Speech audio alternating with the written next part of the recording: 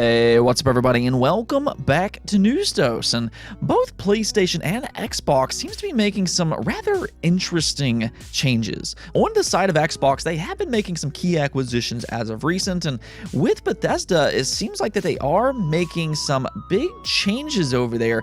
That's actually a really good sign going forward, not just for Bethesda and the game community, but also for Activision Blizzard as well. So we're going to go over that one today, and then also when it comes to PlayStation, are they maybe committing a little bit more towards subscription services than what they were previously? Yeah, they announced a big surprise today, and you gotta wonder if this is just a sign for more to come. So we're gonna go over that one as well. To get things started off today, though, we do actually have some PlayStation news here to talk about, and that is for the PlayStation VR 2. Sony has kind of been doing this drip feed leading up to the release of the PlayStation VR 2, and that does continue on today. They have now officially revealed the design itself for the PlayStation VR 2. As you can see here, this does include the headset as well as the controllers, and something you're going to probably notice is that this looks kind of similar to the PlayStation 5. And well, that's by no accident. They did say that this was inspired by the design of the PlayStation 5, which I think is definitely a smart move. Obviously, if you're getting a PlayStation VR 2, you do have a PlayStation 5, so it would be nice to see them share a theme here and kind of match one another. Unlike the original PlayStation VR, that one kind of stood out and it didn't match the PlayStation 4 at all. Now, I will say that if you buy one of those custom PlayStation 5 shells, that does kind of defeat the purpose here, but nonetheless, it is nice to finally see what the PlayStation VR 2 looks like. Now we have the specs of this device, and it looks really powerful with it having foveated rendering. It's got 2000 by 2040 pixels per eye. It's got 3D audio, and it even has haptic feedback, so this is sounding like a really nice device, and it looks good. Now we're just kind of waiting for the release date and the pricing. Everything that I've seen on this device, though, I don't think it's going to be cheap, but it seems like we're getting a little bit closer to the big blowout for PlayStation VR 2, where they really show this device off, and hopefully a bunch of the new games that they are working on. We do know that they're working on that new Horizon VR game, which definitely looks interesting to say the least, and I'm kind of hoping they also have a new Astrobot game in development. Astrobot in the original PlayStation VR was absolutely amazing, and I hope that they do have a follow-up for that game, but let me know in the comments below on what you think about this device so far, and what's the most that you'd be willing to spend on PlayStation VR 2. Moving on, late last year, Square Enix did release Marvel's Guardians of the Galaxy, developed by Eidos Montreal, and this game has been received pretty well from both fans and critics alike. It currently sits at an 80 overall score on Metacritic, and it's constantly praised for its writing and its overall narrative. In fact, it actually won the best narrative at the Game Awards. So in that regard, or at least when it comes to quality, Marvel's Guardians of the Galaxy has been a success. Unfortunately, though, according to Square Enix, this game has unfortunately underperformed its sales targets. Now, we don't know exactly what those targets are per se, but I will say that it is kind of hard to satisfy Square Enix when it comes to these big AAA experiences. They are actually kind of infamous when it comes to their big AAA games not meeting their lofty expectations. This dates all the way back to the original Tomb Raider reboot, which actually sold very well, but Square Enix was not happy with that. So it's kind of hard to tell what exactly their sales target here was for Marvel's Guardians of the Galaxy. Now, I will say though, looking from the outside in, you could tell that there was something going on with this game though, because when this game first released, within like the first 30 days, it was selling for like $30 or even $20 at times from multiple retailers. So it did seem like they were trying to get rid of stock for this game, and that's usually not a good sign when a game had just released. So it does seem like that this game just has not been a huge hit for them, and this is now the second Marvel game that Square Enix has not had a lot of success with. They do have Marvel's Avengers, though I would say that some of its failures is more linked to it being a games as a service. It probably would have done better as a single player game, but in this situation, they took a completely different approach, focusing on single player, and unfortunately, it still just did not meet expectations. Luckily, though, this is a good game, and I do hope that Square Enix realizes that. I do hope that they make more games like this going forward, but, you know, when it comes to Square Enix, it's kind of hard to tell.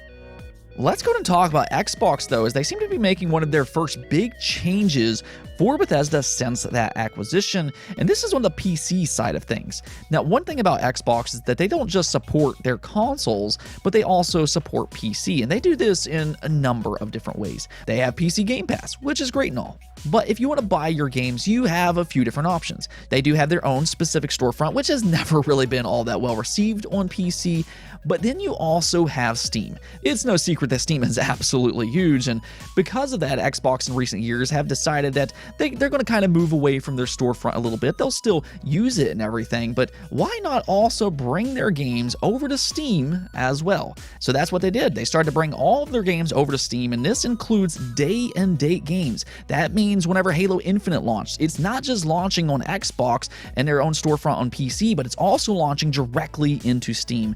And this has been a monumental change for Xbox. They have quickly become one of the biggest publishers on Steam as of the last couple years. They have had success with various games including Grounded, Halo Infinite, Forza Horizon 5, Age of Empires 4, Flight Simulator, and the list goes on and on. They're having a lot of success on PC right now, and a lot of times these are some of the best-selling games on the Steam platform. The problem, though, is that now that Microsoft is picking up some of these other big game publishers, they do have a different philosophy in how they release their games. Bethesda, as an example, does have the PC Bethesda launcher, something that fans have never necessarily liked, but this is something that a lot of these publishers do on the PC platform because they don't want to give Steam a share of the money that they're making. So they try to force PC players to go to these other launchers to play their games. In fact, several Bethesda games have launched exclusively into the Bethesda launcher in the past. Not permanently, but we have seen games like Fallout 76, as an example, originally released as a Bethesda exclusive. Well, Xbox, like I just pointed out, they kind of used to do the same thing as well with the Windows Store. They tried to force the PC fan base to buy their games through the Windows Store, and I mean, a lot of people just refused to do that, or they just didn't know that these games were even releasing on PC in the first place. And that's why bringing their games over to Steam has been such a monumental change, and now it does look like they're bringing that philosophy over to Bethesda games as well. That's right, this is very welcome news, but Bethesda has just now announced that they are doing away with Bethesda.net launcher and will be migrating over to Steam. Now, they do have a pretty lengthy post about this and go over several of the questions that fans might have. I do recommend checking out that post, which I will have a link in the description below. But this migration will start in early April, where they say that you'll be able to initiate the migration progress following detailed instructions that they'll have available to you then. They also go on to say this: you have plenty of time to plan and begin migrating your Bethesda.library to your Steam account. The migration to Steam will include your game library and wallet, meaning you will not lose anything from your Bethesda.net account. Many games will also have their saves migrated, with a few requiring some manual transfers. For games that require it, you will still use your Bethesda.net login to sign in to play. Your Bethesda.net account will not be lost and will still be accessible on our website and in-game, and we will continue supporting all Bethesda.net accounts with our future titles. So really the big change here is they're just simply removing that Bethesda.net launcher entirely, and you'll then instead be able to access these games on Steam. And it does seem like that they are handling this very well. As they say, you will not lose anything from your Bethesda.net account. So this is just great for the PC community entirely. I know a lot of fans have never been happy with all of these different storefronts and PC launchers, and well, here we are doing away with one of those PC launchers, and that's something else that's interesting about this story, because I don't think that we're quite finished there just yet. I don't think that this is some big coincidence that suddenly Bethesda would do this after the Microsoft acquisition. We know that Xbox is all in on Steam right now, and I believe that they played a major role in making this happen. Now, why that's interesting is because, well, they're also in progress to pick up Activision Blizzard. Now, Activision Blizzard has their own PC launcher and storefront as well, being Battle.net, with several exclusives. So we could see something very similar with Activision Blizzard as well, as long as that acquisition does go through. And that means that Steam would suddenly be getting access to games like Overwatch, Call of Duty, there's Warzone, Diablo, World of Warcraft, and I mean, Activision Blizzard has a big PC community, so that would be huge news if that were to happen. And if Xbox really is trying to unify all of their games on the Steam platform, then I think that it is possible that we could see something like that sometime in the future.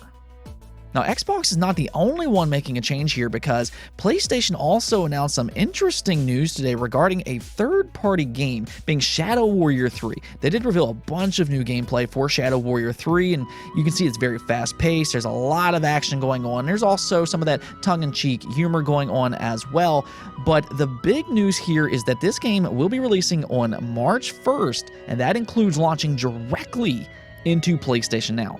That was a big surprise, because you don't typically see games really launch day one into PlayStation Now. We, however, have seen a few games released directly into PlayStation Plus, but with PlayStation Now, this is really interesting because maybe they are starting to commit a little bit more to this service. There has been a lot of rumors of PlayStation working on some type of Xbox Game Pass competitor by the name of Project Spartacus. Based off of some of the things that we have heard, it sounds like they are going to be combining PlayStation Now with PlayStation Plus, and they'll get some type of rebrand. We're also hearing the possibility that they might include some backwards compatible games, though we still don't know if that's through streaming or if it's done locally. But here, with them actually including a day one release for at least a double A size game here in Shadow Warrior 3, that does seem like they're committing a little bit more towards the idea of a service like this. This seems like it's coming directly out of the Xbox Game Pass playbook, where that's such a big thing over on Xbox Game Pass.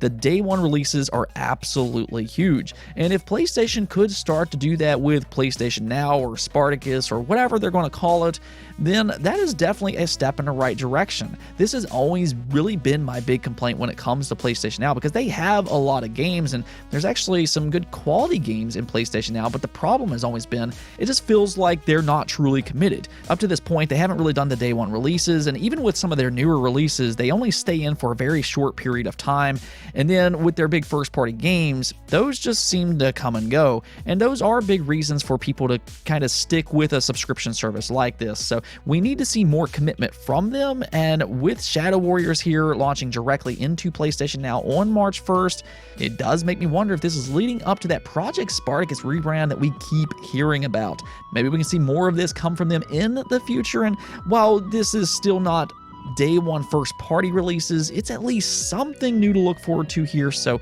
we'll kind of see how all of this plays out. Let me know what you think about this in the comments below, though. Do you think that PlayStation will do more of these day one releases going forward, or do you think this is just a one-time only thing? Let's go and take a look at the poll of the day, though, and with Elden Ring releasing later this week on February 25th, you know, this is one of the most hyped up games in recent memory, so I wanted to ask you all, are you going to get Elden Ring when it releases later this week? And the results here was interesting because the majority of you all are not going to get this game, with 51% of you saying no, while 37% of you said yes. And okay, I completely understand that, because not everybody's into the Soulsborne-like genre. These are challenging games, and if you don't like these challenging experiences, you're probably not going to be all that interested in Elden Ring. On top of that, Horizon Forbidden West just released a few days ago on February 18th. And I mean, a lot of people probably are still focusing on that game because it's pretty lengthy itself. I've always really hated whenever publishers do that, where they release their games so close to one another. And I mean, when it comes to Horizon Forbidden West and Elden Ring specifically, I mean, these are some of the most hyped up games for the entire year. You would think that they would find a way to release their games at least a month apart, but instead they released them 1 week apart. So for me, even though that I am really excited about Elden Ring, and it's one of my most anticipated games right now, I'm going to pick up this game day one, but at the same time, I'm probably not actually going to get to play it when it first releases, because I'm still focusing on Horizon Forbidden West. It is what it is, I guess, but I do wish that they would have spread these games out a little bit more than what we're seeing here. Nonetheless, there's a lot of excitement for Elden Ring, and 36% of you all will be picking it up later this week, so hopefully it will meet expectations. I think in terms of gameplay, I'm pretty confident, because From Software has proven time and time again they can make good games like this. The one question that I do have, though, for Elden Ring is, how's the performance? That is something that I am very curious to see here, but overall, I'm pretty confident that this will be a good game when all is said and done. Definitely looking forward to playing this one when I get the chance.